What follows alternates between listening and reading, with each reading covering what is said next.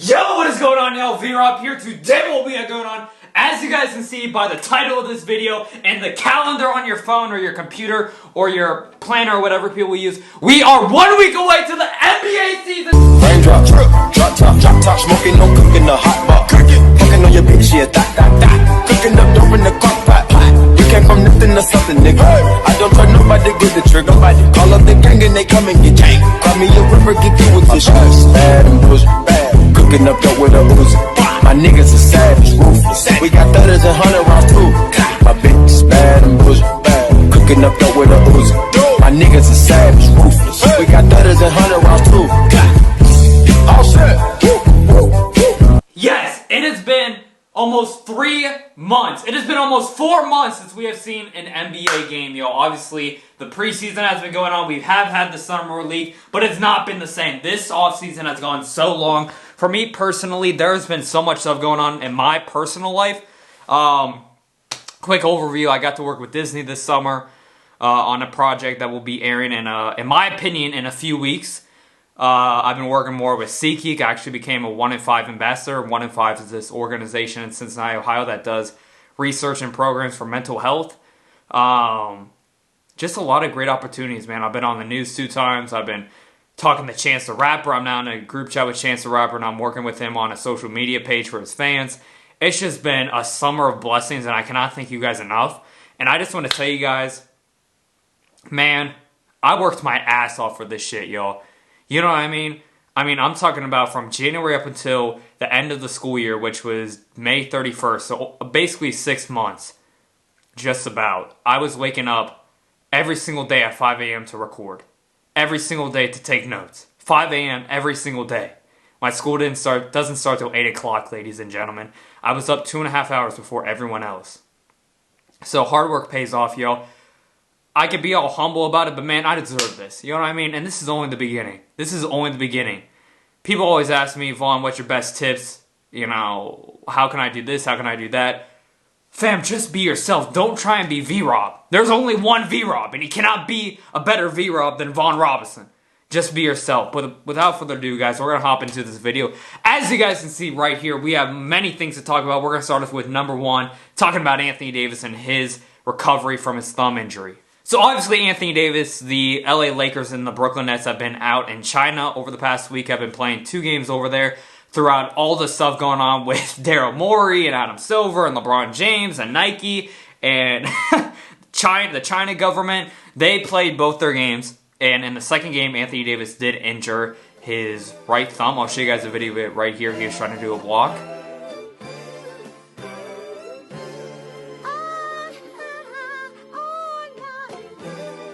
Came out that Anthony Davis has a grade 1 injury to his thumb. They did an MRI on Monday. It was supposed to be on Sunday, but it got pushed back because their flight got delayed going back to Los Angeles from China.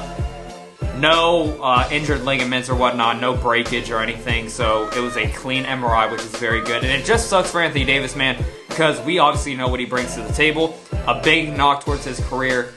His early stages of his career is that he is injury prone. That has been a huge problem for people. And me personally, I remember I went to go see Anthony Davis play on Martin Luther King Day back in 2000.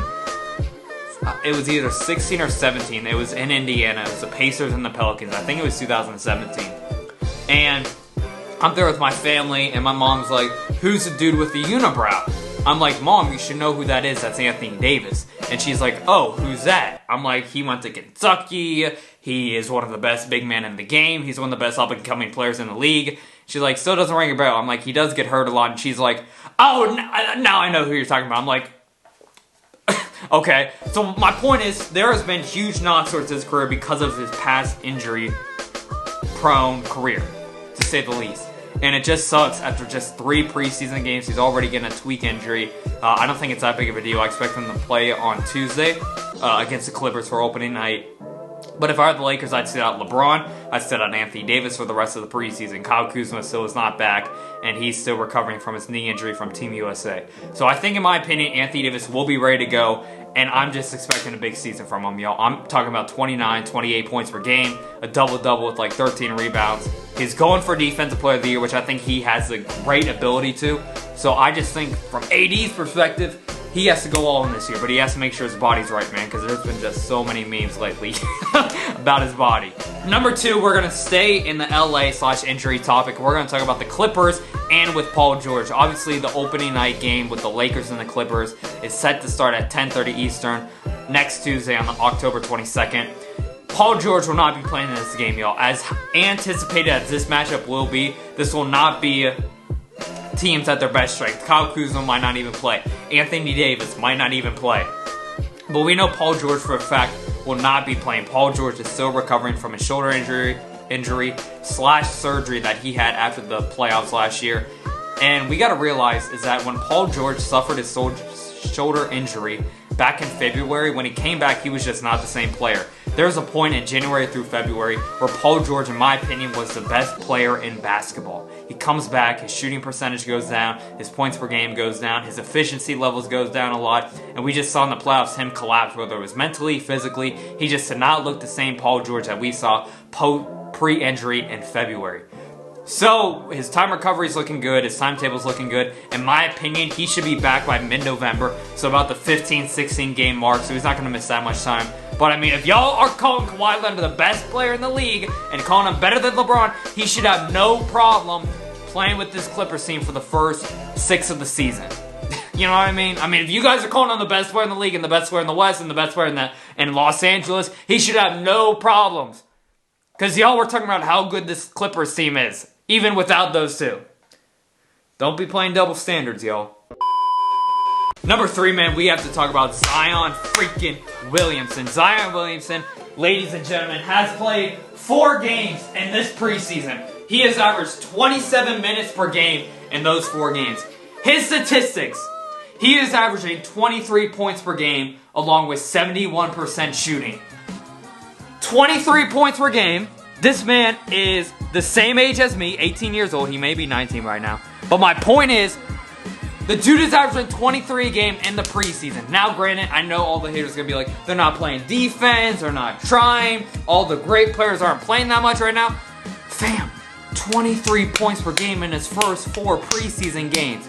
He's scoring all of his buckets at the rim. If you guys watch the highlights against the Bulls, he was just drop stepping. He was taking a strong first step after the 3-point line. He was just blowing by his defenders, whether it was on the baseline, whether it was from the wing, whether it was from the top of the key. This man cannot be stopped. And with the duo with Lonzo Ball, who has been playing very well this offseason or this regular preseason as well, I'll get it on the 3rd try. But he's been looking really good this preseason as well. He's been shooting the ball pretty good. As for Brandon Ingram, he hasn't been playing too much. But as a whole, yo, I'm excited for this Pelicans team. Obviously, I did not say they're going to make the playoffs. I said they'll be right on the border. They'll compete with, like, the Spurs and the Mavericks for the 8th spot. But I personally don't think right now they'll make the playoffs, but they're going to be a very interesting team. If Zion can average 23 a game in his rookie year, so say what he's doing right now in the preseason, and he takes that over to the regular season, they will make the playoffs. And Zion will already be a top 20 player in this league, which just sounds unheard of. Number 4, we have to talk about Steph Curry. Obviously, my hate with the Golden State Warriors really isn't there anymore. You know, I'm proud of what Kevin Durant did. There's so much parity in this league now, thanks to Kawhi Leonard, which shout out to him one time. I still don't like his move to the Clippers. But my point is, I don't have a grudge towards Golden State anymore. I view Golden State as a solid playoff team now. And as for Steph Curry, man, what I was going to say, he dropped 41 points against the Timberwolves in a 20-point win in Chase Center in San Francisco. What do I got to say? I mean, Steph Curry showing he is still an MVP caliber type player. In my opinion, the 6th best player in the league. Oh my god, I haven't dropped my top 15 players yet, damn it. So I just thought I should bring that up. Obviously, something else to note, the Timberwolves were playing a team, I think from New Zealand, an international team from one of their preseason games a few nights ago. And the fans that were at the top of the section, so like the higher level seats, so like the 200 and the 300s, the higher balcony seats, the players on the bench and the players in the game requested to team executives and people that work within the arena to move all of those fans down to the lower sections because there were so many seats open because it was a preseason game in the 4th quarter against an international team, and it is the Minnesota Timberwolves, but it's still really nice, yo. Shout out to the Seawolves one time, shout out to Steph Curry one time. Let's go on to number 5. Number 5, man, I just want to talk about this NBA China situation. I'm going to be honest with you guys. It's hard for me to find research about this. What I have heard is that Daryl Morey was against the Hong Kong government in China. I don't want to go deep into this because I know I don't want to be looking like a clown because I don't know all the situation. But what's been happening, man, LeBron's been really upset with the league. He feels the league should be answering questions before the players. Nike has been removing all the Rocket stuff in their China stores. Adam Silver has been talking about it. Steve Kerr was asked about it. He didn't say anything. Donald Trump was talking about it. The question was, what do you think about Steve Kerr not answering the question? And obviously Steve Kerr has been pretty vocal about his opinion on Donald Trump over the past few years. And he said, it's funny these coaches and players rip on what's going on in the U.S., but if something's going wrong in other countries, they don't rip on it. Which, I mean, he does. That is a very solid point right there. Whether you like or dislike Donald Trump, that is a very valid point. Now, I'll just say this in my opinion. The Nike's campaign last year, believe in something, even if it means sacrificing everything for Colin Kaepernick. Obviously, Colin Kaepernick took a knee. And in my opinion, his protest against the national anthem and his protest against police brutality is the reason why he doesn't have a job right now. You guys can throw in statistics. What I know is that Colin Kaepernick is better than the 80-plus quarterbacks on a roster right now. At least half of them. He's better than at least half of those quarterbacks right now. The man played in a Super Bowl. The man played in multiple NFC championship games. But anyways, my point is, Nike was someone who supported Colin Kaepernick because he stood up for what he believed in. Now Daryl Morey is standing up for what he believed in, and they're taking away Rockets gear in their stores in China. Just what I don't like about companies and what I don't like about certain industries is when people or businesses hold a double standard for certain people they prefer against certain people they don't like, or certain people that may affect their business sales. If they keep the Houston Rockets in their stores, they may be affected negatively. But if you're going to support Colin Kaepernick and all these other players and people for standing up in something they believe in, even if it means sacrificing everything, you have to do the same for people that may affect your company in a negative way.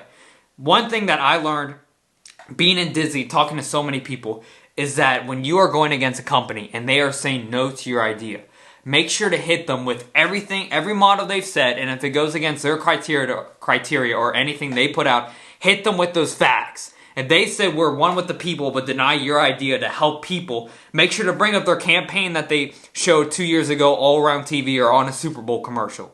Finally, guys, I just want to talk about the hype for this season, man. I am so excited for this season. This could possibly be this could be the best NBA season of my lifetime. I was born in 2001, so I'm talking about even 2013, even 2016, even 2009, even 2008, even 2006. All those great years, y'all, I think this could top all of it. I think the parity around the league this year is absolutely amazing. There are so many different players at so many different destinations. I'm lost for words, man. I still think the Lakers are going to win the chip. I still think the Lakers have the best team in the league. I don't think they'll have the number 1 seed in the Western Conference. In my opinion, the Rockets will have the number 1. I expect the Lakers to get the 4 or the 5. But I think come playoff time, the Lakers will get a chip. As for MVP, if you guys want to know, I have either Steph Curry, Nikola Jokic, or Giannis Antetokounmpo winning MVP. I'd put in Anthony Davis, but I think he's going to win Defensive Player of the Year. And I think with LeBron on this team, they're not going to give him the award. But that will do it, guys. Thank you so much for watching. Make sure to leave a like, subscribe if you guys are new. Thank you guys so much once again for your guys' support. You guys have been absolutely...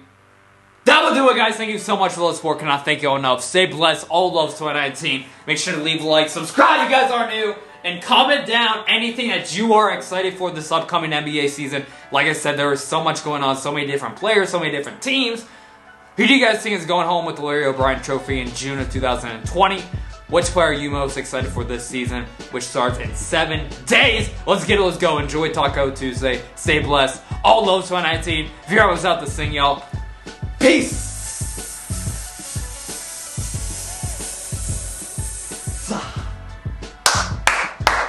Let's go!